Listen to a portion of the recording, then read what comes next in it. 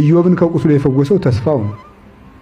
አያችሁ ሰዎች እየመጡ እንዴት ተስፋ እንደሚያስቆርጡት ግን ታውቃላችሁ። እየመጡ ከዚህ በኋላ እንዲሁ ይሆናል ብለው ነው ይሁን እስቲ ማለት በል እንዲሁ ተስፋ ማስቆረጥ ግን አይሆንብኝ ይላል ደግሞ መልሶ። እንዲሁ እኮ ይገርማል እኮ ይሳካ ብለህ ነው በል እስቲ።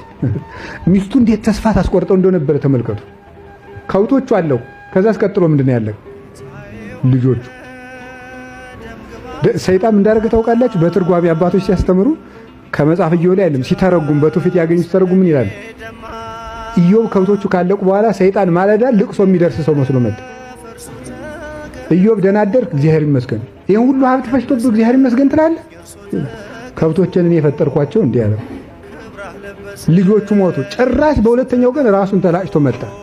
ፊቱን የነጨ ሰው መስሎ። ኢዮብ ደህና አደርክ፣ እግዚአብሔር ይመስገን። አሁንም እግዚአብሔር ይመስገን ትላለህ? ልጆችን እኔ የፈጠርኳቸው እንዲህ። ሰውነቱን በሙሉ በቁስል አነደደበት።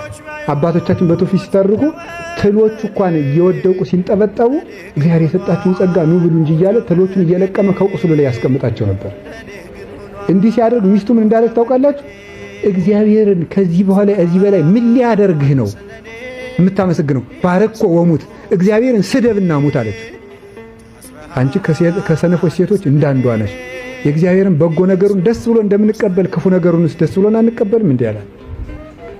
ወዲያው እግዚአብሔር ምን እንዳለ? እግዚአብሔር በደመና ላይ ተገለጠና አነጋግሮ ኢዮብ በዮርዳኖስ ታጠብ ትድናለህ አለው። መጽሐፈ ኢዮብ ምዕራፍ 42 ላይ አለ። በደመና ላይ አነጋገረና ሄድ ተገለጥ ታጠብ አለው። ተፈወሰ።